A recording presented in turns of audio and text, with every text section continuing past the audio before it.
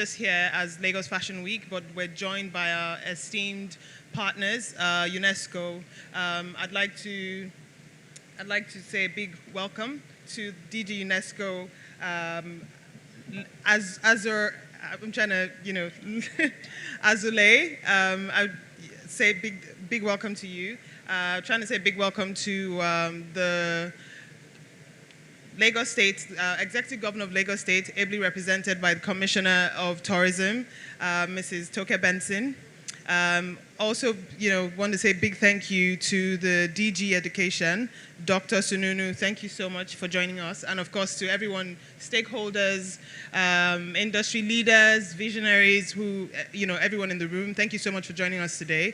Lagos Fashion Week, when we launched Lagos Fashion Week in 2011, we definitely, having moments like this where it just seemed like a dream. But fast forward 12, 13 years, we're having conversations that's not only looking at the creative sector, but taking a combined approach to look at the entire value chain and how we can all work together as stakeholders to be able to contribute in our own little or even in a bigger way to strengthening the very essence of the African textile and apparel ecosystem. So I don't want to take too much of your time by talking because there's so much that's going to be said today. But just want to say thank you, welcome, and we look forward to listening to all the amazing work that's been done by the different key stakeholders who've worked tirelessly to come up with this report, and hopefully it would help us navigate what the future should look like. Thank you so much. Thank you, Omoyomi, for this kind welcome remarks. We are honored to be launching this report in the framework of Lagos Fashion Week, and I now have the honor to welcome to the stage His Excellency Dr. Yusuf Sununu, Minister of State Education. Minister, you have the floor, please.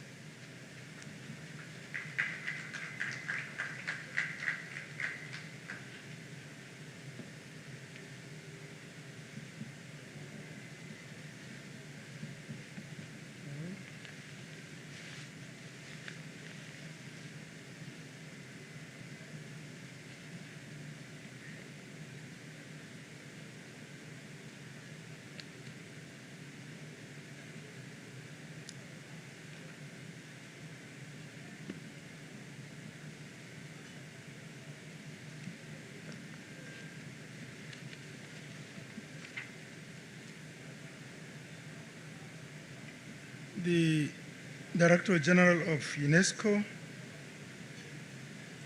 Her Excellency Dr. Hajo Sani, Ambassador Permanent Delegate of Nigeria to UNESCO, the Director Generals here present, representative of the Governor of Lagos State, all the dignitaries, ladies and gentlemen, it gives me immense pleasure to open this session dedicated to the launch of the UNESCO report on African fashion sector, trends, challenges, and opportunities for growth. Let me start by welcoming Madam Director General of UNESCO once again to Nigeria. I understand this will be your second visit in 2 years. The occasion that brought you are indeed of utmost importance to growth and development, not only in Nigeria, but in Africa and the rest of the world.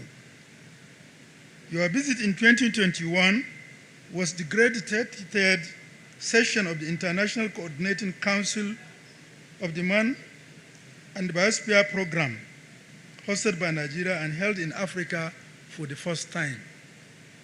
Today, they represent another historical moment, and Nigeria is thankful that UNESCO, in its bid to mainstream the creative economy sector in the works of the 2005 Convention on Diversity of Cultural Expression, has taken interest in potentials of the fashion industry in Africa.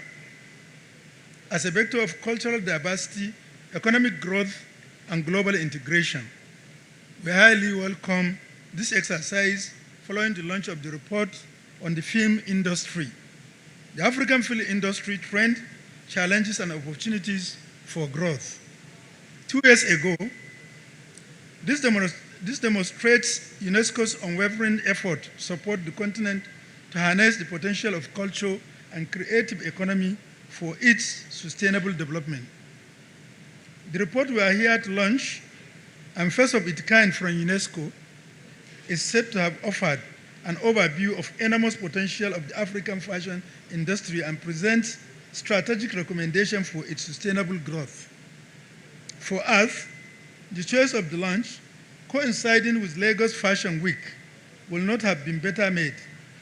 Founded in 2011, the Lagos Fashion Week has become an important melting point for both the simplest and most prominent of the fashion industry in Nigeria and Africa. It has become a window to showcase the evolution of the creative industry, Nigerian and African creativity, where necessity meets elegance. The Lagos Fashion Week, no doubt, has become a point for the discovery of new inventions and talents all over Africa. Nigeria is proud of it. We are indeed pleased by the UNESCO's choice and happy that Nigeria continues to lead in this respect in the creative economic sector, which was largely responsible for the surge of our GDP. After rebasing, going from $270 billion to $510 billion, turning Nigeria into the largest economy in Africa in 2014. We therefore do not take this UNESCO's initiative for granted, convinced that the recommendation in report will further advance our collective actions to the greater and better development of the industry going forward. Madam Director General, Excellency, ladies and gentlemen, may I recall that as at 2016, the African Development Group, the African Development Bank Group, in assurance of the economic value of the fashion industry, affirmed that it is expected to double in the next 10 years, generating up to $5 trillion annually. It stated further that every year in the United States alone, $284 billion is spent on fashion retail through the purchase of 19 billion garments. This presents a tremendous opportunity for Africa at various levels of value chain, from design to production to marketing. The fashion industry is profitable business. 4 years down the line, in 2020, we are made to understand that fashion is big business in Africa, as the market in sub-Saharan Africa alone is estimated to be worth $31 billion with the present momentum. I'm convinced that the number will have increased significantly as at today. We appreciate UNESCO once more for the report that is about to be unveiled, taking stock of what we stand and reminding us that the fashion industry is not only about looking good, but looking good in good business too, thereby contributing to intra and inter-African trade, international export potential, job creation, and inclusive growth. We stand alongside the nobles of the industry at Lagos Fashion Week, looking forward to exploring the content of the UNESCO report on what lies ahead and how we can better our actions, including the sector of education I'm responsible for, to maximize the potential of the industry in Africa and beyond. I welcome you all once again and thank you for the attention.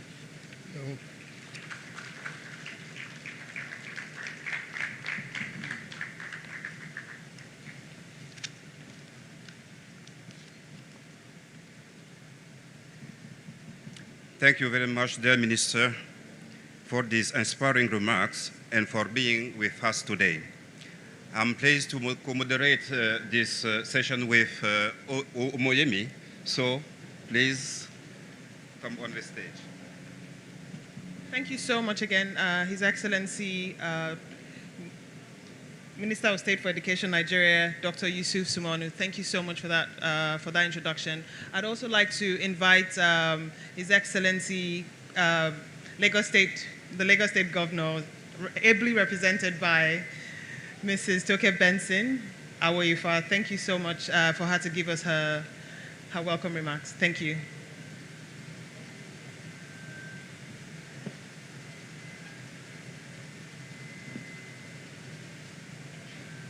Good morning, Your Excellencies. Auntie Hajo, as we fondly call you, welcome to Lagos again. Honorable Minister, you're welcome.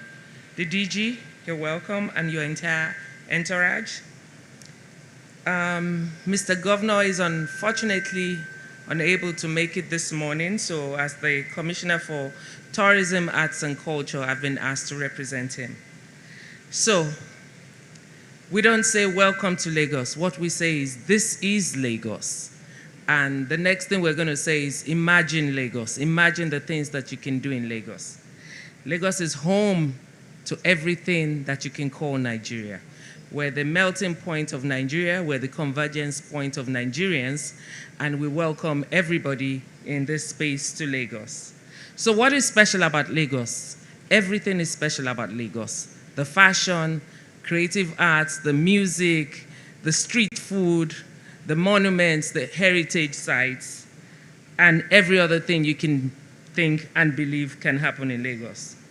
One of the most interesting things that you would find in Lagos is our nightlife, and that comes out of the Afrobeat music, which we have exported globally, and we hope that that would continue to drive people into Lagos. So our commitment to arts and culture and fashion is the driving force that makes Lagos what it is. There's so many opportunities that exist in Lagos due to our size, our population, our teeming youths, which Mr. Governor has gracefully invested in. We have academies that have trained youths in creative arts, and as at yesterday, we still graduated about 200 students in creative industry. And that ranged from fashion, music, production, and every other thing that you can think of. So we welcome you to the Lagos Fashion Week, and we speak to you to collaborate and work with us, and the need for the UNESCO organization to strengthen creative industry within our state by also identifying and approving some of our heritage sites to be UNESCO heritage sites. On that note, I would say thank you very much for being here, and we hope to have more deliberations with you on that. Thank you.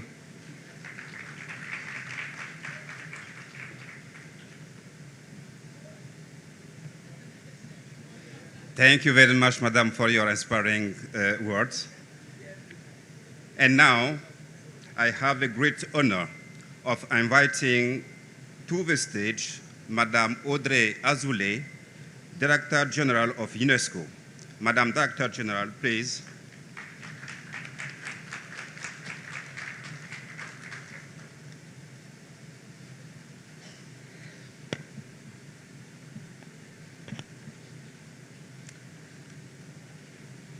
Honorable Minister, Honorable Commissioner, Madam Ambassador, dear friends of fashion, dear friends of UNESCO. First, let me tell you how happy and honored I am to be in Lagos for all the good reasons the Commissioner just mentioned. It was the place to be for UNESCO, and it is also the place to launch this report. I can think of no better place for that. And as a dedicated reader of Chimamanda Ngozi Adichie, I remember she said that Lagos is the most stylish city in the world. And I'm looking forward to discovering that today and also tonight with the fashion show. In Lagos, from what I see and what I know, fashion can be found everywhere. It can be found also in this room, a lot of style. But it comes also with film, with music, thanks to Afrobeat, which indeed inspires the world today. Also in the film industry, as we all know. But also thanks to you, to the fashion creators, to the fashion industry. This industry already earns Africa $15.5 billion per year. And we believe this figure could triple in the next decade. But of course, fashion is much more than an economic asset, but it is also that. And that's why this report that we're going to present is, of course, for you, for the creative sector, for the creative part of the fashion sector, but it's also for governments, it's also for financing institutions to support and to understand the perspective, the economic perspective of this sector. It's an economic asset, but it's also a powerful lever for the promotion of culture, of cultural diversity, of intangible heritage. It's also a powerful way to empower young people and women. And we believe we can go much further thanks to fashion in this area. But how dazzling the present is, we believe that the best for the fashion industry in Africa may be yet to come. It's the conclusion of this report being released today, that fashion is already taking off in Africa but could fly much higher still. And I would like to thank the members of the panel that will be on this stage in a few minutes. A new breed of young designer is causing a stir in the international scene, reinventing the code of luxury, while at the same time, and this is why we strongly support it as well in UNESCO, while at the same time reconciling them with the demands of sustainable local fashion and heritage. The commitment to fashion made in Africa could help bridge the trade deficit in textile and clothing, which currently stands at $7.6 billion. So that this creative wave becomes a real instrument of economic power, UNESCO has identified several challenges that should be tackled. The first concerns the environment. In Africa, as elsewhere, fashion is still one of the most polluting industries. And I know many of the creators here are tackling this issue of sustainability. The fashion industry must adopt stricter environmental standards and reject fast fashion, which is a recipe for the fast destruction of our planet as we know. It must also support a more sustainable form of consumption and textile production through innovation. The second challenge is investment in the entire sector, from textile production to online sale. Political decision makers, private players, and the diaspora all have a role to play in supporting the development of small and medium-sized businesses that today make up 90% of the sector, but also to support the promotion of the trade within the continent, between African countries. And we know how digital platforms open new perspectives in this objective. The third challenge is for us the need for better legislation and policies, the establishment of professional organization, access to financing, and mobility. I know it's the objective of the government of Nigeria, and we're here to support. As in UNESCO, we are today already working with 22 African countries in this objective. And finally, a fourth challenge addressed in this report is the transmission of know-how and tradition incorporated into innovation and style. And here in Nigeria, how could we not mention traditional Yoruba fabrics such as Aso-Oke and Adire or Akwete clothes. At UNESCO, we are very proud that we work to support, to promote, and to maintain this tradition, notably through our intangible heritage programs, so that they can be, the know-how could be transmitted and passed on to generation. To meet all these challenges, Nigeria can count on the support of UNESCO. And in UNESCO, as some of you may know, we've made Africa and gender equality our two global priorities across all our programs. And we are today working with the government of Nigeria to adopt legislation boosting the growth of creative industries, and to strengthen public-private partnership. And in this, we also want to support women. This is the aim of our partnership, for instance, with Chanel, with the Chanel Foundation, to develop women's skills in crafts, but also with Dior, another famous fashion house. Since 2021, with Dior, we've enabled more than 500 young women from over 50 African and Asian countries to develop their entrepreneurial projects in fashion and other creative sectors. Nearly 100 young Nigerian women have benefited directly of this program over the past 2 years. And I'm very happy to announce here today that we will be supporting 30 new young Nigerian designers in 2023 with Dior on the same program.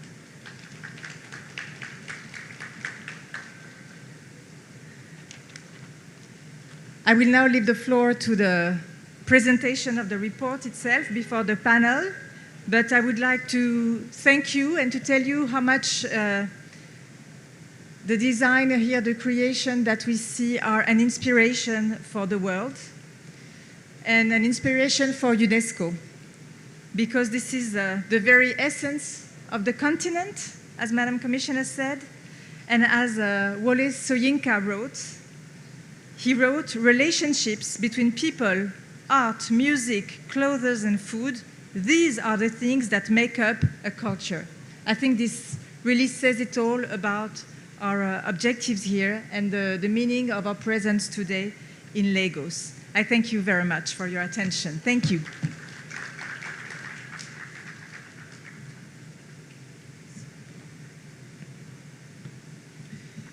Thank you, Madam Director General, for these uplifting and important words and for being driving force behind this new report.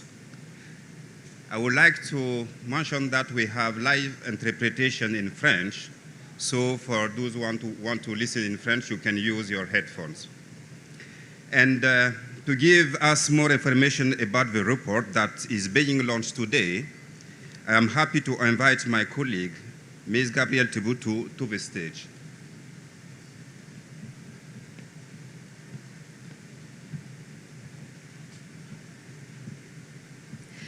Good morning, everyone.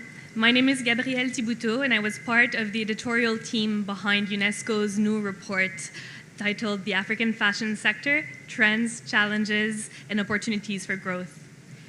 The main goal of this report, which is the fruit of 2 years of research, is to demonstrate with concrete evidence what each and every one of you in this room already feels, that the fashion sector on the African continent is brimming with opportunities, and that with the right investments and the right policies, it is truly poised for takeoff.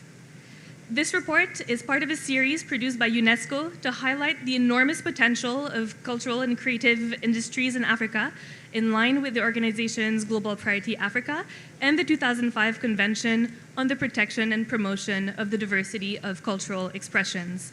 The first edition that you've heard about in earlier speeches was in the film and audiovisual industry, and it did demonstrate that this industry could create 20 million jobs on the African continent and generate $20 billion in revenues per year. To produce this new report on the fashion sector, we interviewed over 200 experts from the African fashion ecosystem. We organized a high-level workshop with fashion experts, and we also conducted a survey with all 54 African states.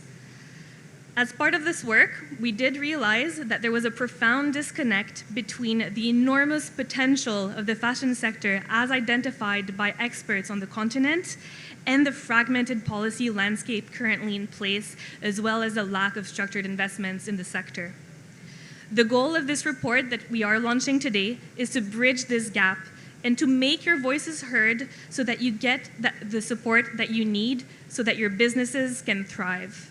And also to ensure that the unique craftsmanship and traditions of the continent are protected and benefit the populations from which they have emerged. This is a long-term process, of course, which requires governments, creatives, the private sector, and financing institutions to come together to talk, to discuss, and to advance together. It is only the first step. As you will see, the report proposes a series of recommendations, mostly aimed at policymakers, to ensure that they create enabling conditions for the fashion sector to flourish. UNESCO will invite each country on the continent to take into consideration those recommendations, which provide a roadmap for the development of the sector, so which can be adapted to each country's priorities and existing comparative advantages. Without further ado, I would like to invite you to watch a short video that is summarizing the main results of this report that is being launched today.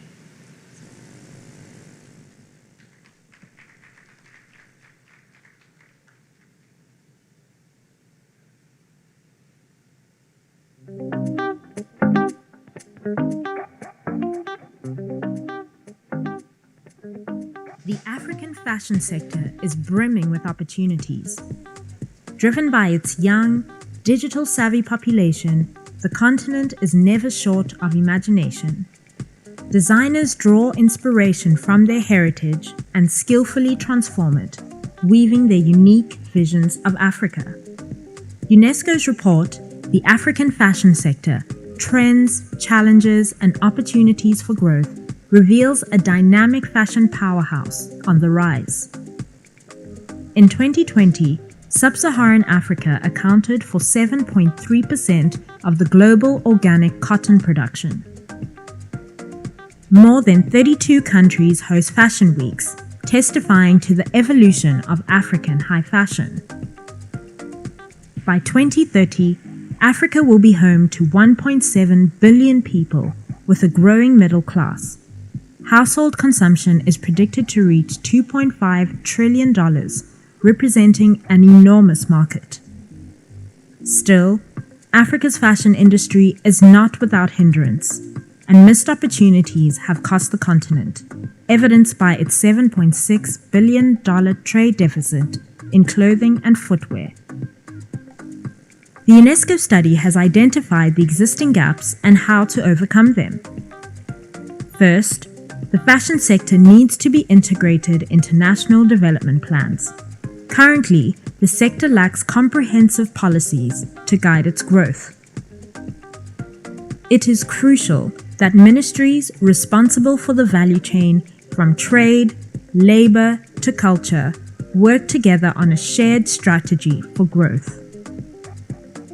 Second, we need to build an attractive business environment for investors and startups. Almost 60% of the UNESCO study participants listed the lack of investments as a primary constraint to the national industry development.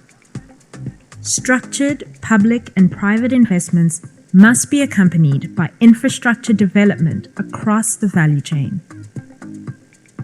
Third, decent working conditions and fair remuneration must be ensured. This includes the enforcement of intellectual property rights so the creators can be recognized and compensated for their work. Last but not least, we need to provide more formal education opportunities in fashion for the continent's young and entrepreneurial population. Today, few trainings on offer meet the needs of emerging designers and aspiring professionals. With strategic policies and collective efforts, African fashion can drive economic prosperity, empower women and youth, and emerge as the leader in sustainable fashion. The time for Made in Africa is upon us.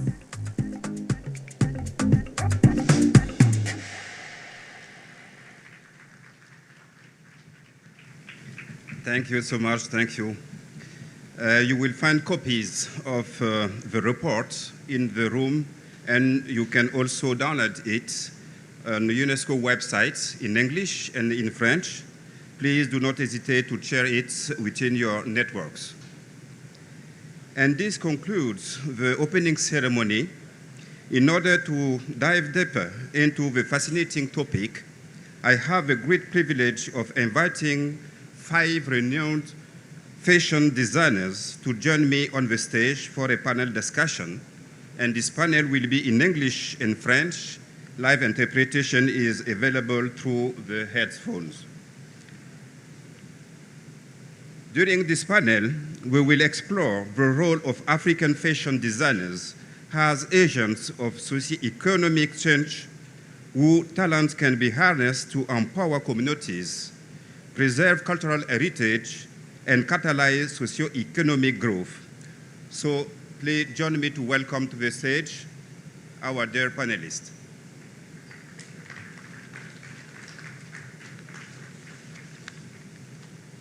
Omoyomi, if you want to join me.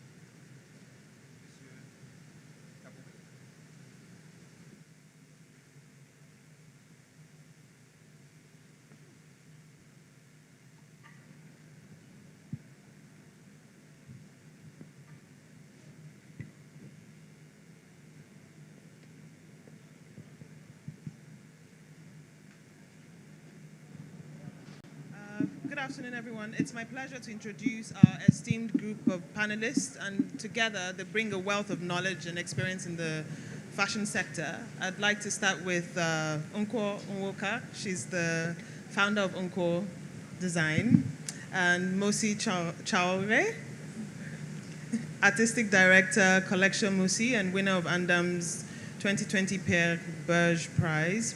Mulaye Tabure, entrepreneur and co-founder of Anchor.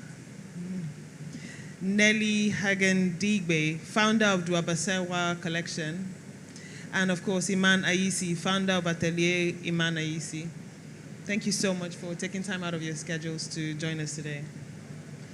So we've listened, to Gabriel. Gabriel, thank you so much, and DG, thank you so much for sharing your thoughts with us today. The report, UNESCO's new report, underlines the dynamism of the fashion ecosystem on the African continent, and of course, it also argues that it can be a strategic key to driving sustainable development. So I'm going to start with you, Nelly. Through your brand, Duabasewa, you are committed to preserving traditional weaving techniques while producing contemporary and elegant designs. So how can the African fashion sector balance authenticity with international appeal while advancing African development? Hi, everyone. Can you hear me? No. Yes. Hello. Okay. Hi, everyone. So I can speak to what we are doing in this regard. Our brand has been around for about 12, 15 years, and for us, it's been about strengthening our core and working within the confines of our environment. We try not to jump too much. We are working with artisans locally based in Accra, and we have also partnered with an organization called Future of Africa. Now, this organization takes street kids, and they have become a vehicle for rehabilitating them. And then we go in and train them with what we're doing in terms of weaving, in terms of shoemaking, and other skills. We have to,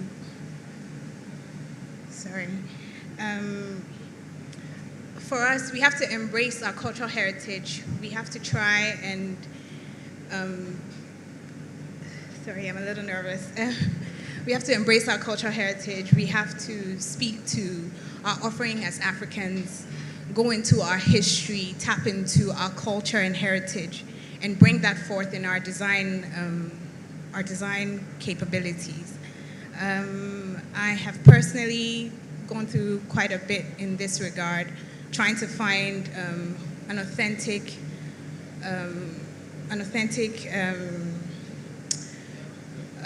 design palette that I can easily be recognized by. And this is inspired heavily by a lot of traditional African weaving processes. And I can speak to that because I've had the privilege of working with you, closely with you in the last month, and I'd like you to talk about, the passion with which you see it, because you don't just think about working with Ghanaian fabrics in that sense. You have a cross-continent approach, which is very important. Yeah. So, I mean, I travel around the continent a lot. I've worked with women in Burkina Faso. These women are far deep into the villages in Burkina Faso. They have absolutely nothing. And so you go in, you show them what a loom looks like, you train them in what the finished product can look like, what it can become. And when they see their fabrics manufactured into garments on the runway, there is a certain joy that, I mean, you can't buy it, So we're still working in that field. We're trying to set up a weaving factory in Accra now as we speak, to train some of the young kids and some of the children of these weavers to sort of set up some small industry, because the weaving industry in Accra, in Ghana in general, is completely down. And we want to bring that artisanal workforce back, not necessarily being like a mechanical workforce, because anyone can buy machines and just start weaving on mechanical looms and whatnot. But we want to preserve the weaving techniques that have been around for a while. And so I made it a personal vision to use these fabrics, show them on the runways, and take them as far as they can go. Thank you so much. And it's really inspiring, and I guess it's also a call to action for every one of us, not just to the designers who have to work with them, but to us, people who consume, to be able to wear clothes that's been designed, through that process of craftsmanship, because that's the only way we can preserve some of these skills. So while some people are training designers in terms of, skills exchange, I think it's also, the duty is also on all of us to contribute to the process by wearing it. Nkwo, your brand sits at the forefront of sustainable design and circular fashion economy, not just in Nigeria, dare I say, globally. So, according to you, how do you think African designers, African creatives can, intensify their efforts, to sort of, in my opinion, to sort of communicate to the world that, this is who we are. We might not have the technology and a lot of resources to support our natural approach to design, which is intrinsically secular or sustainable. So what do you think that we need to do better, and how do you think we should do it? Okay. Hello, everyone.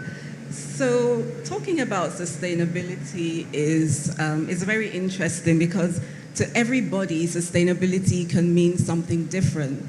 And then, it has become a buzzword. And so people feel like if you just stick it on anything, then, yes, you're doing good. So African designers are, by default, we are sustainable because we practice working in small groups. We work like she does with weavers. We are training. We're trying to take it to the next level so that these skills and crafts don't die.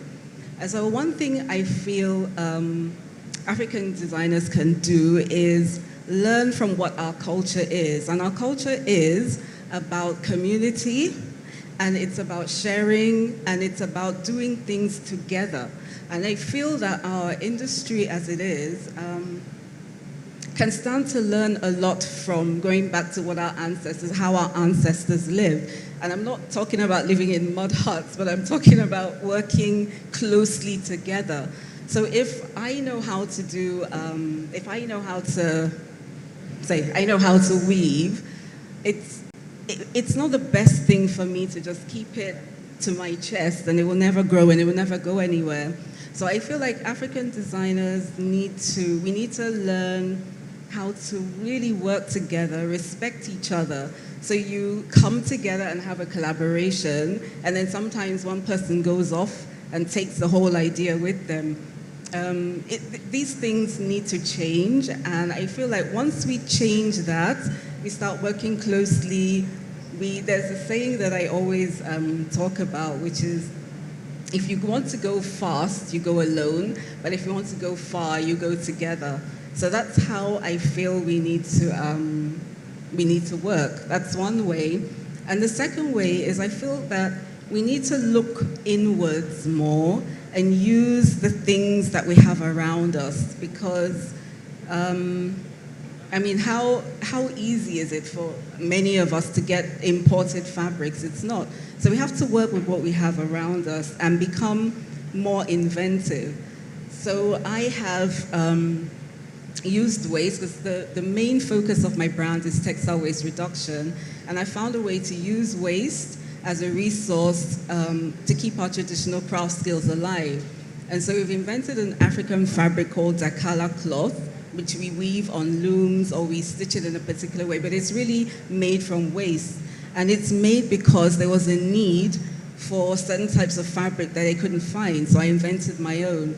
So I think that invention is a way for us to be more sustainable as well. And yeah, that's what I would say. Thank you so much. Thank you very much, Honko, for sharing your perspectives. Now, je vais me tourner vers Iman. Iman, vous refusez de travailler avec des tissus wax et vous valorisez des matériaux et techniques traditionnels, dont le kente et le raffia. Pourriez-vous nous parler de cette approche, particulièrement en lien avec le désir de créer une mode plus durable et éthique en Afrique? Bonjour tout le monde. J'aimerais d'abord remercier ici l'UNESCO qui m'a permis d'être ici parmi vous. Merci le Nigeria aussi, l'Afrique, le monde. Et c'est pas un refus, c'est un refus qui s'explique. Je dis toujours que j'amène pas les fabricants de wax en justice. Ça peut paraître drôle, hein. C'est une question d'identité. L'Afrique a son propre patrimoine textile qui existe. C'est ça qu'il faut retenir. Donc, c'est question d'identité, de reconnaissance. Donc, à partir de là, on doit célébrer les artisans africains tous les jours. Il ne faut pas attendre que c'est les autres qui doivent venir nous célébrer. Nous-mêmes, les Africains, déjà, on doit se célébrer. On doit montrer aux yeux du monde ce que l'Afrique possède comme richesse. Donc, c'est mon combat aussi. Donc, quand je fais des collections, je me dois de me retourner chez les artisans africains qu'on connaît peu, qu'on oublie souvent, et qui mènent, s'il peut me permettre de dire ça, un peu mal leur travail parce qu'ils ne gagnent pas assez. Donc c'est à nous de leur envoyer cette lumière-là. C'est important pour tous les designers, pour tous les Africains, et de consommer la mode africaine parce que l'Afrique a du talent. Il ne faut pas l'oublier. Merci beaucoup. On voit très bien effectivement qu'en plus de l'enjeu de la valorisation des identités, il y a aussi l'enjeu de perpétuer les savoir-faire traditionnels et de valoriser ces artisans qui seront des auxiliaires de création et qui par ailleurs constituent un potentiel important d'emploi. Nous allons y revenir. Mais à présent, je voudrais me tourner vers Moussi. Vous avez créé une école de haute couture à Villiers-sur-Marne à travers votre association, les ateliers parisiens. Comment, selon vous, est-ce que l'éducation peut rendre le secteur de la mode plus inclusif? Bonjour à tous. C'est un plaisir pour moi de découvrir Lagos aujourd'hui. Bon, même si j'ai passé plus de temps à l'hôtel que dans les rues de Lagos, ce sera pour une prochaine fois. Comment l'éducation peut rendre la mode plus inclusive? Moi, déjà, en fait, à titre personnel, j'ai fait une école de mode. J'en ai retenu trois choses. La première, c'est que les écoles de mode, c'est très cher. Et c'est pas tout le monde qui a les moyens d'y accéder. Je pense qu'il faut être un rêveur un peu fou et qu'il faut se donner les moyens d'aller décrocher ses rêves. Moi, je faisais partie de cette catégorie. C'est que je me disais que rien n'est impossible quand on veut. Et la deuxième chose, c'est que j'ai eu la chance d'avoir des professeurs qui m'ont vraiment transmis une passion. Et la troisième chose qui était la plus importante, c'est qu'à travers mon école, j'ai été à la rencontre du monde, en fait. Parce que je me suis fait des amis de Corée, de Chine, du Japon, de l'Inde, de l'Égypte. Et en fait, j'aurais jamais imaginé qu'un jour, je me ferais autant d'amis. En fait, c'était un vrai brassage culturel. C'était un vrai melting pot et moi j'adore ça. Et puis là, on s'en fichait de la religion, de la culture, le rang social des uns et des autres. Ce qui nous avait réunis, c'était une passion commune qui était la mode et la création. Donc à partir de là, suite à ça, j'ai aussi une première marque avant d'avoir ma marque Mossy éponyme aujourd'hui.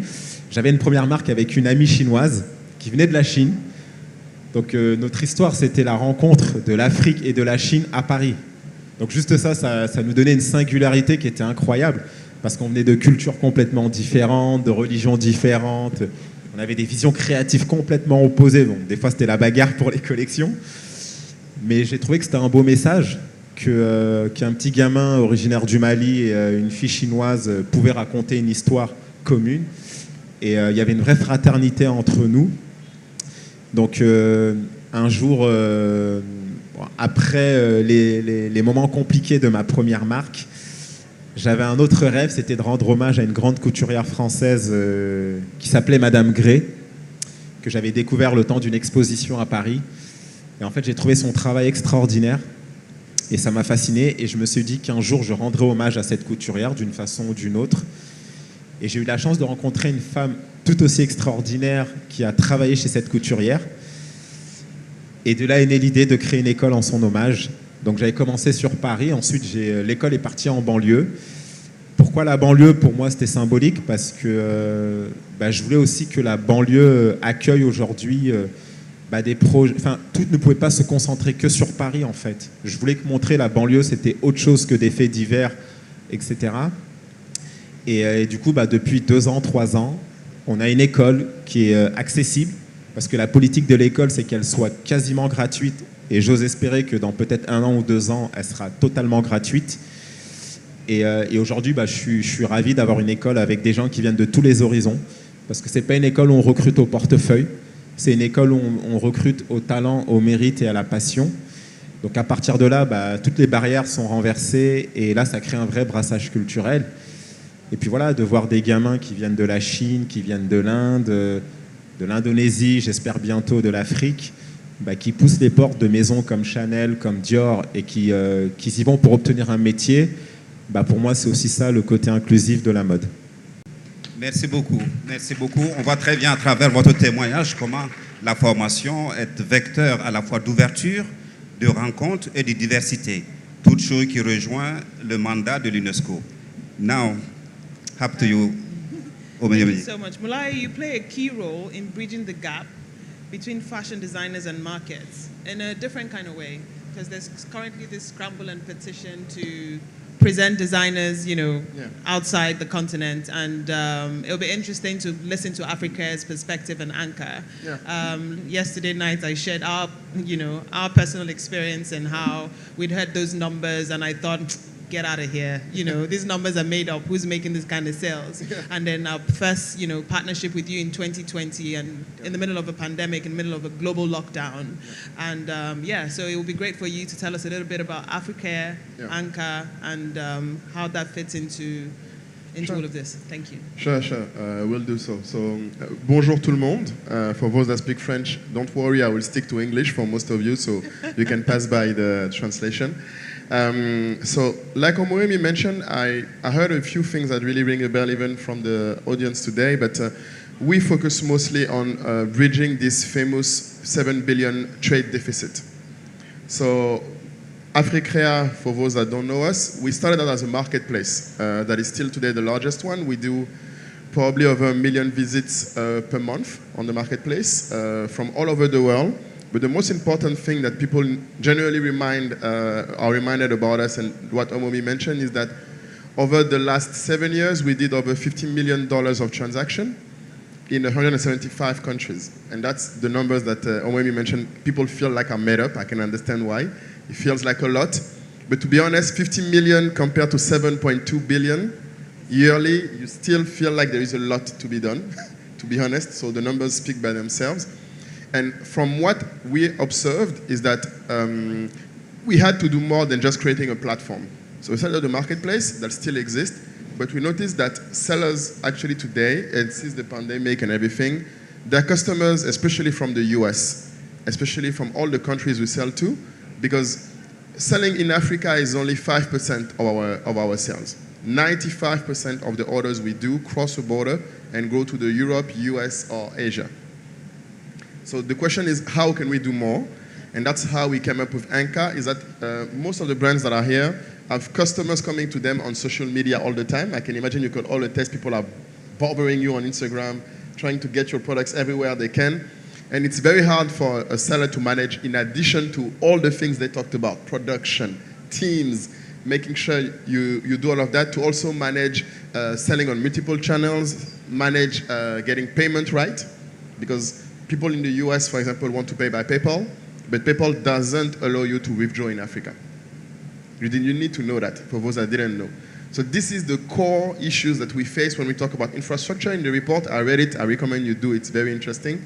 They mentioned that it's not just about the brands. The brands can do all of the work, but if we keep having them having to fight for basic things like getting paid, they are not going to sustain. This is not their job. They already have a very hard one to do, and that's where we come in with Anchor. So Anchor, now to explain, just like Instagram is part of Meta, Africrea is one part of Anchor. So Anchor is additionally to Africrea a solution of payment called Anchor Pay, where we allow any brand or any person that wants to export globally to create a link to get paid from any amount they want on social media, on Instagram or anywhere, and get this money on a wallet that they can withdraw locally. It can be in Nairas, mobile transfer, instant transfer. It can be on M-Pesa in Kenya. It can be on Orange Money in Ivory Coast, where I'm from. So that's the idea behind the service, and we also provide a shipping solution, because in the report there is also a question of shipping. So that's all that we do, and we wanted to do even more, because this report is great and sector-wide, there is so much to do, but we wanted to provide numbers for the brands and for the people that work with them. So that's why we launched yesterday with Omoyemi our white paper report. So it's another document that you can read if you have time. It's 40-page long, but in short, we shared all the numbers analysis after 10 years to let the brands know in detail what makes a brand do up to $45,000 is the record we had of sales in 1 month on a platform. And that was a brand that is based in Cameroon, actually. So the idea is, how can we have more brands do it? And what are the trends that helps a brand export? What are the tools they need to use? And also we gave them much more detail into who is the customer. What do they want? And just like we discussed culture, we need to know also that, I loved what Madame Azoulay said, is that fast fashion is fast destruction. We should not go there. It's not the target, and we can prove it, because on our platform, the $50 million of sale we have done had in average 23 days of delay between the payment and shipping. Most of the time, the luck of our culture is that people that want to buy it are willing to wait. We are not selling T-shirts, we are not selling fridge, we are not selling easily comparable products, and we should use that to make sure that we can address and organize in a sustainable way. And this is part of the data we share also in the white paper report. So I recommend, if you can, go on anchor.africa. The white paper report is free. You just download it anytime you want, in French or in English. Thank you. Thank you so much, Mulai. For sure. Yeah. Sorry. For sure we'll get there.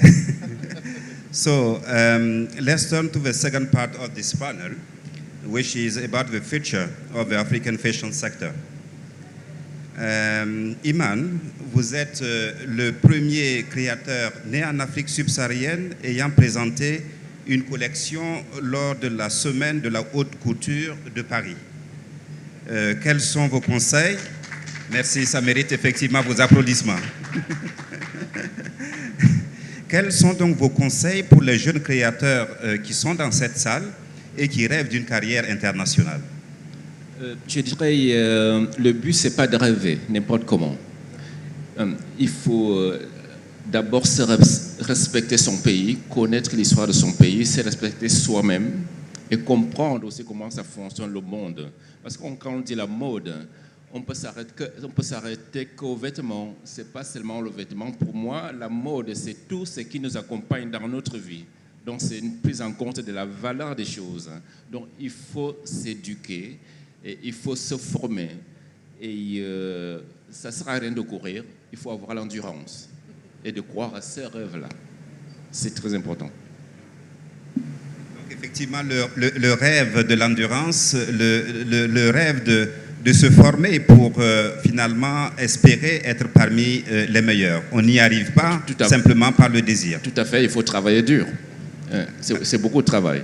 Absolument. Et cela est aussi une interpellation de l'UNESCO qui, comme vous le savez, a également un mandat dans l'éducation, que finalement, ce qui nous ressemble aujourd'hui prend également sa source au niveau de la formation. So now I would like to give you the floor. Maintenant, j'aimerais donner la parole à Omoyemi. Merci à vous. Onkwa, je reviens vers vous. L'année dernière, vous avez gagné le premier prix de CMI à Milan, un partenariat avec une fondation. I mean, you've done quite a bit of work in terms of promoting a positive image about Africa and the role that we play when it comes to circular fashion economy. How do you think that? How do you think we can do more of this? I think you touched a little bit on that, but what role do you see us playing? You know, in that sort of global stage where there's this back and forth conversation around Africa has to play catch up when it comes to sustainability or circular fashion economy. What do you think we can do to ensure that we sort of set the record straight, but yeah. Okay, so my view is that we don't have to play catch up, we just have to go. We just have to tell our authentic stories. And I think that in a world now where there's so many brands everywhere, people connect to a story. So if your story is true and it's authentic and it's interesting, the market comes to you. You don't have to chase it. Because unfortunately for Africa, we have what Chimamanda calls a single story. And everybody thinks that Africa has to be print. Africa has to be, it's wild things flying all over your head, but it doesn't have to be. Africa has to be the story that I feel when I live here. Africa has to be the story that all the other designers feel and what their experiences are. So, we could tell stories through our collections. So there's what should we say now? Like the arts and crafts, there's a revival now, but that's only because African designers have decided that this is really interesting, it's important, and we have to get this out there and we have to tell the story. I just feel like we don't need to chase, we need to just be authentic and tell it as you feel it. Outside and back home, I think our stories can be agents for change. So maybe somebody wants to do a collection that is all black and tell the government that, hey, we need light, we can't live in the darkness. Our infrastructure is preventing us from growing. And so, use your clothes to tell stories, to give a voice to the voiceless, and don't chase after things. Just be authentic, and your story will attract whatever it needs to attract. Thank you so much authenticity is key. And Nelly, I'm going to come back to you right now. Your brand aims to empower women by employing skilled craftswomen from Ghana and Burkina Faso, like you shared. So what else do you think that the fashion ecosystem can play in achieving gender equality across the continent? So I think there should be active representation. We can use our fashion campaigns and events to challenge stereotypes and represent women in diverse roles, body types, backgrounds, fostering inclusivity and self-confidence. We can also collaborate. I think collaboration is key. As women, we should work together. We should try and work together and highlight each other's strengths. And that, in itself makes us a superpower. Social initiatives as well. Incorporating some of these elements in the fashion sector can contribute to gender equality. some of these social initiatives and organizations that can address like gender-based issues such as domestic violence or access to education, partnership with the bigger fashion brands would give us, leverage. Thank you so much for that. I think it's back to you, Toussaint. Thank you very much, Omoyemi. Alors maintenant, je voudrais me retourner vers Moussi. Vous faites partie de la génération afrodescendante en Europe. Selon vous, quel rôle peuvent jouer la diaspora et la communauté afrodescendante dans la promotion du secteur de la mode en Afrique? Aujourd'hui, moi je suis un enfant de la double culture. Je suis né à Paris, mes parents sont d'origine malienne. Donc j'ai deux histoires à raconter en fait. J'ai l'histoire de la France. Mon grand-père maternel a fait la Seconde Guerre mondiale pour la France. Mon père était éboueur. Il nettoyait les rues de Paris tous les matins. Street cleaner. He was cleaning the roads of Paris at 5 o'clock in the morning. And I'm from Mali. I'm from Soninké. I want to say the advice that I give young people is be proud of your cultural heritage, because to have two cultures is not, it's not given to everyone. It's an advantage. And with fashion is a way of expressing yourself. It's a way of taking center stage and speaking about your singularity, your story, your passion. What I would like is that in France, for example, the diaspora will come back to their origin countries, that they be ambassadors of France. And the message that I also share is really important, and it's when I see my brothers in Mali that risk their life to come to France, I tell them it's pointless. Why? You are in a country and a continent that is moving and that is growing and that is beautiful and rich on all levels. The world is looking at Africa today. You are children of this. And so me, as a Franco-Malian, I would advise you not to risk your life to come to France. Be proud of who you are, where you're from, and do what you have to do. Success is not taking the boat to emigrate, because they don't even know what winter is in Paris, and they have a nice sun back home. But as a child of a double culture, this is also my role. I need to help ensure that people back home are proud of their heritage, and that success is not guaranteed. Like, I can have success where I am right now in the continent. If I'm a fashion designer, I can be an ambassador of know-how. I need to valorize the works of artisans. I need to encourage people to believe in their dreams. And so I'm an ambassador myself. In the ways that we become entrepreneurs, we can give advice and guide others. You don't have to come here with pride. You need to go from your dream and then build together. Thank you very much. Thank you for this perspective that's really interesting. And we have seen in the last years how the diaspora, the African diaspora, and the Afro-descendant community is taking their identity and showcasing fashion, African fashion. Now I would like to go back to Moulay.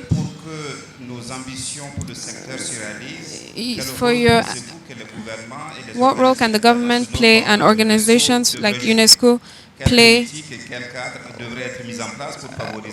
What policies can be put in place to support the sector?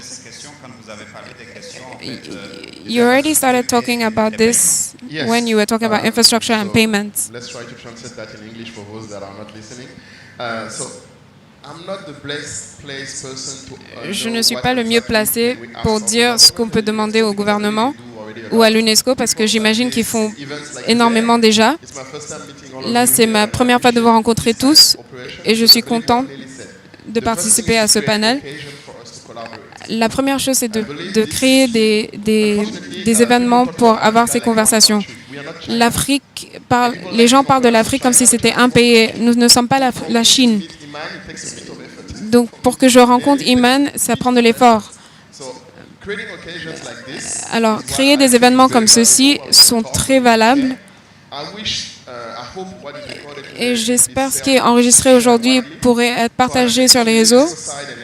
Du côté de l'UNESCO, je pense que partager les histoires et des gens qui sont là, ici présents, à une plus grande audience, c'est ce qu'on peut demander. Les documents comme ceux-ci, comme le White Paper Report, sont à partager. Pour ce qui concerne le gouvernement, le gouvernement africain essaie de faire énormément et on ne leur donne pas assez de crédit pour ce qu'ils font. C'est très complexe parce que ce qu'ils doivent faire, c'est de contenir plusieurs efforts. Et quand les gens demandent pourquoi est-ce qu'il n'y a que 5% des commandes qui vont en Afrique, pourquoi est-ce qu'on ne peut pas faire plus? Je pense que c'est une affaire de... In the report, I know it's mentioned, it's a big barrier. I have sellers that are in Senegal that have big customers in Ivory Coast, but to every package they send, they don't even have an idea first of how much they will pay in customs. It can be 20%, like it can be 40%. And that's crazy when you have to bill a customer because in the end, if you don't, it gets into your margin. So you almost don't want to sell in Africa, ultimately, because you're worried. You don't know how to sustain yourself when you do it. So I think a first level would be to have more predictable customs. And the dream, and I know there is a lot of work on this AFTA thing, please make it happen now, please. I don't know what can we do, like what can we do, but please let's make this now. Because I believe this is the fastest way for us to consume more among ourselves and, like mentioned in the panel here, to reappropriate ourselves and do more together. But that's my opinion, obviously. I'm a bit biased, so I don't want to push more than that. Merci beaucoup. C'est très pertinent ce que vous dites. Effectivement, pour l'UNESCO, nous avons déjà entrepris. Ce n'est que la première étape qui, j'espère, en appellera d'autres. Mais assurez-vous que nous ne sommes pas simplement que pour parler, nous sommes aussi pour agir. Exactly. So very happy to do more with you guys, of course. OK. Merci beaucoup, Moulay. Je vous propose maintenant d'accueillir Loulou Chabel, fondatrice de Loulou Group, un service conseil pour les marques de luxe en Afrique. Loulou, à la lumière des échanges... Je vous laisse arriver. Loulou, à la lumière des échanges que nous venons d'entendre, quel témoignage pourriez-vous partager avec nous? Thank you very much. Ladies and gentlemen, distinguished guests, and dear designers, creatives in the room, good afternoon. It is a pleasure to be back in Lasgidi, which I truly believe is the heartbeat of African fashion. And I commend Omoyemi for providing the oxygen that keeps it alive. My sincere gratitude to UNESCO for inviting me to participate in the launch of this very important report, but also to be part of the conversation that I have been part of for the last 15 years or so. My name is Loulou Chabel. I am the founder and chief creativity champion at Loulou Group, where what we say is we build human capital via the creative and cultural industries. And we do this by providing support in promoting and positioning African luxury for the global stage. Now, one of the things we do with my consultancy is create systems and platforms where African designers can leverage what they already have and what they need to get to that global platform. One of the programs that we ran is called Creative Africa Nexus Presents Africa, which is done in collaboration with the very distinct and powerful and very critical support of the Afrexim Bank, which, as you may know, is one of the multilateral banks in Africa. So this program allows us to bring African designers into a community where we give them access to storytelling via fashion shows that we do in Portugal. And then through that, we provide access to capacity building, opportunities that involve mentorship programs that we run in collaboration with the London College of Fashion on the business of fashion, because we know very well that creativity is rife on the continent, but sometimes what we actually need to be able to make money out of it is understanding the business of fashion, because before creativity and above creativity, African fashion is a business. And another aspect that we do in providing capacity building is providing solutions to manufacturing and production for these designers, because we are impatient to get going. We can't wait for the supply chain to be what it needs to be for us to produce at the level we need to produce. And therefore, through the access to market pillar that we have, through trade shows that we conduct with Paris Fashion Week, where we give designers access to markets, we give them the opportunity to produce, for example, in Portugal, when they get the big orders that they're not able to sustain with local production. So we've done Tranoi, which is the fashion exhibition trade show for Paris Fashion Week for 3 seasons now. And at the most recent one, the one before we just did that right now, in March, we had 17 designers who sold over €1 million in sales, right? And it was very clear for us that the world is actually hungry for African fashion. It is not a trend. And why do they like and why do they want African fashion? It is because it is sustainable, and sustainability for the consumer means they know where these goods are coming from. Because we have seen a shift in consumer behavior, especially after the pandemic, where people want to know where the money is going. They want to know what it means to wear what they wear. And I think African fashion is at that cusp, but tipping point that can redefine what sustainability is in the world. And therefore, most of our orders we've seen come from places like Japan, right? They come from places like the US, of course. We also have Caribbean designers, and in as much as they work with us, the Caribbean is very much hungry for African design because they want to re-identify with that culture and that heritage as well. So, all of this to say that African fashion is a lucrative business, but not without the challenges. And we've had all the speakers talk about them. And if you allow me to further anchor what they've been talking about, I want to share with you a text from a designer that we work with. I have to add, we work with about 70 designers now from 28 African countries. And one of our designers from Ethiopia, whose biggest market is Japan, has a big order she just got at the recently concluded Tranoi that is worth about 50,000 euros, right? But she sent me a message yesterday, I was in the air, and I'll read it as it is. Hi, Lulu, I hope you're well. I apologize for not getting back to you sooner. I wanted to be sure. I'm so sad because I'm not able to deliver on most of my orders or follow up with interested buyers because of the raw material shortage. Our suppliers said they couldn't supply the fabrics anymore. So we'll only be delivering 21 pieces worth 2,600 euros for Bridsley in Japan. Now, how sad is that she will forgo an order of 50,000 euros because of lack of raw materials? So, of course, as a community, we are going to find the solution because we know if she doesn't service that order, she will not get another order in Tranoi again because the buyer wants consistency, So this is one aspect of the challenges that we face in real time. But we also have a lot of opportunities. Another designer we work with from Zimbabwe, she does macrame bags. Her brand is called Vanu Vamwe, and she's one of our success stories. Now, she works with rehabilitated prison women in the villages in Zimbabwe. And when she started with us a year ago, she had 50 artisans working with her. She has 128 now that she has trained. They, in the last 1 year since they've been with us in Tranoi, have sold over $195,000 in sales, 1,500 bags, and the average salary for the lady who does the least bags is $500 per month. Right? So it is a business. And not only is she making money, but she's building a community. she's building the social fabric of that community. She's rehabilitating women, she's giving them integrity and dignity and giving them a means to sustain their families.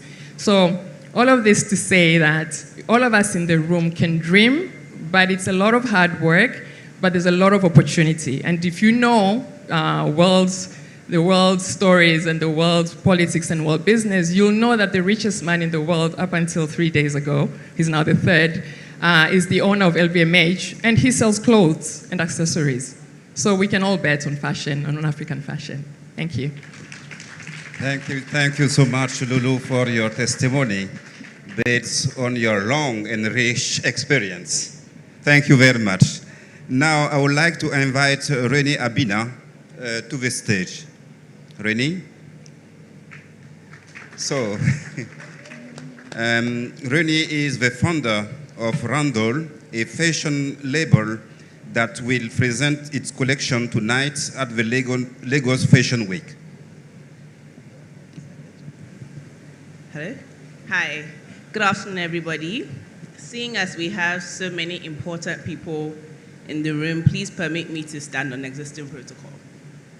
Thank you very much to UNESCO and Lagos Fashion Week for inviting me to speak here today.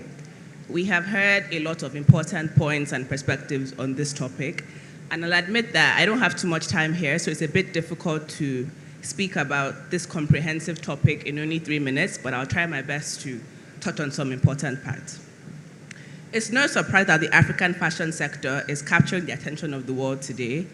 I was recently privileged to be among 15 African designers in showrooms in Paris and New York last week, and the diversity of the designs and the level of craftsmanship that I witnessed only affirms for me that we are a force to be reckoned with.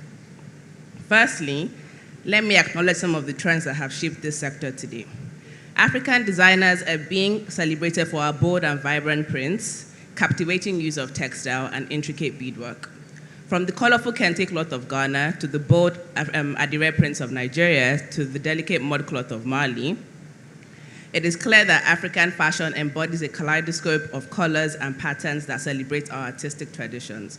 Not only are we able to show these elements of our culture in our designs, we're also able to blend these elements with modern and contemporary aesthetics, thereby creating a fusion that also resonates with global audiences. Many of us have excelled and continue to excel in this field. For example, the African fashion sector is worth $31 billion US today, and this is only second to the agricultural sector in developing countries. Nevertheless, with all our wins, we also continue to face numerous setbacks and obstacles that prevent us from reaching our full potential. Some of these include limited access to finance and capital, inadequate infrastructure and factories, and low investment in the industry. For example, here in Nigeria, in the 1980s, the cotton, textile, and garment sector used to be the largest employer of labor after the government, with over 175 mills, and today we only have about 30 operating mills. Additionally, we also face intellectual property right issues, such as appropriation or counterfeiting of our work, with many designers struggling to protect and trademark their designs. Overcoming these obstacles will not happen overnight, and maybe not even in 3 or 5 years. But in order to unlock the full potential of this sector, collaborative efforts of our government and key industry stakeholders is required. So 3 ways that I would say our government can help in these situations. 1, by creating favorable policies. 2, investing in infrastructures to support the growth of the industry. And 3, building a more conducive business climate. International partners can support this sector as well by providing technical assistance, financial support, mentorship, and market access. This is why platforms like Lagos Fashion Week are very important, because they have created and continue to create international opportunities and recognition for African brands. This industry offers massive potential for content-wide to unleash the full potential of the African fashion sector. Let us continue to work together to create a future where African fashion takes its place on the global fashion map. Thank you. Thank you very much. Thank you, Renée. And we are looking forward to attending the show tonight. Up to you. Thank you, everyone, for participating in this interesting discussion. Before we round it up, any parting words for us, Iman?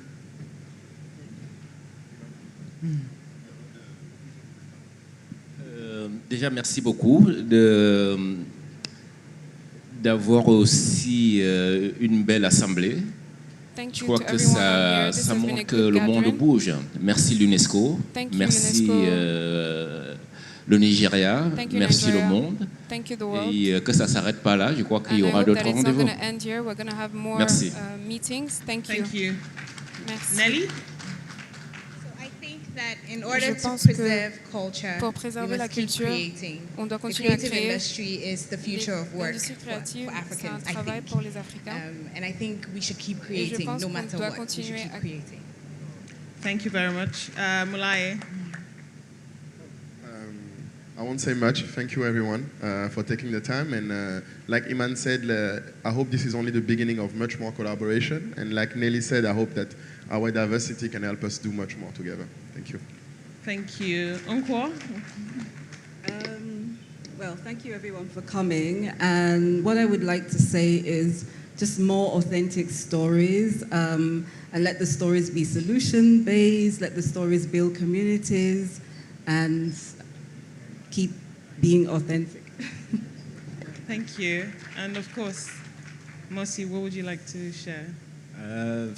Moi, le mot que j'aimerais partager avec, on va dire, tous les acteurs de la mode africaine, de la mode au Nigeria et puis de tous les pays de ce beau continent, c'est soyez des rêveurs en fait. Faites-nous rêver, donnez envie aux gens de rêver de mode africaine. Et voilà, soyez des ambassadeurs de la mode africaine. And be ambassadors of Thank you very much. fashion in Africa. As we close, I strongly believe in the African proverb that it takes a village to raise a child. African countries have a rich natural ecosystem like you've seen displayed today, and this contributes significantly in creating what we see across the continent, from Lagos Fashion Week to Addis Ababa, and we already talked about the 32 different fashion weeks on the continent, and we all have a role to play in contributing to this legacy that's most likely a derivative of something that's been passed down from generation to generation, based on the fact that a lot of the designers work in communities closely with artisans and craftsmen, and we have something so tangible and precious to offer. And this is, not the end, like we like to say. I think it's just the beginning. We're hoping, to be able to create more opportunities in collaboration with partners like yourselves, UNESCO. So thank you very much, Audrey. We believe that this is the beginning of many more conversations to come. How do we, ensure that we leave this place, taken away with us? How do we enforce government policies? How do we ensure that, because for us at Style House Files Lagos Fashion Week, community is the starting point of our creative process, and co-creation and collaboration forms the very essence or the foundation of what we do. So we're hoping that this will be the beginning of how we shape the future that we hope to see, which starts with everyone in this room working together to co-create the solutions, government policies, education, access to market. But beyond that, it even starts by ensuring that designers also give back to the communities that they source from, because we all have to realize that we have to be mindful, and we have to ensure that it's no longer just about taking, but what are we giving in return. So that's why conversations like this are very important to me. So we all take responsibility. It's shared responsibility. It's not just about the bottom line, and that's why it's important that as Africans we don't get carried away and we don't get lured into the trap of what's happening in the world today, where it's all about the big numbers. How do we make $100 million? How do we make? It's not about that. That is not the soul and the heartbeat of African fashion. I understand the need for us to make money, but how do we balance that between what matters the most, which is the people? The people, every hand's contributed significantly to creating this ecosystem we want to see. So how do we create that mindful balance? And I think with the report, it also speaks to the spirit of the report, which is about collaboration. It was through a collaborative process that the report came to life. So leaving here today, I want us to all ask ourselves, what do I have to do to, strengthen this ecosystem in my own way as a consumer? And, I might be a retailer, I might even be someone who sells buttons, but what do I have to do to contribute to strengthening this in a way that, my children, my children's children, and my children's children's children will be proud of each and every one of us. Over to you, Toussaint. Okay, thank you very much for this inspiring conclusions remark. Now, I'm sure that you will join me to applaud our speakers. Thank you very much. And now I would like to invite you to stay for a photo with our Director General. So, photographer, yes, you are here. So, give us your instructions.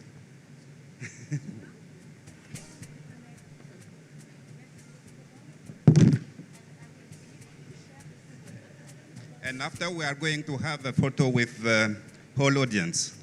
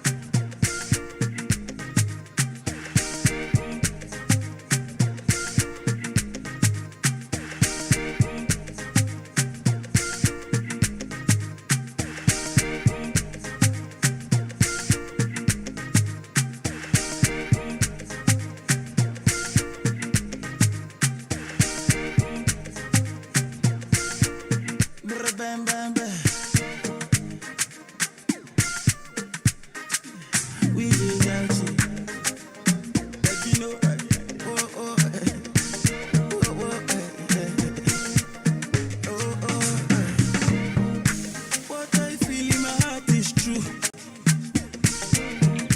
What you see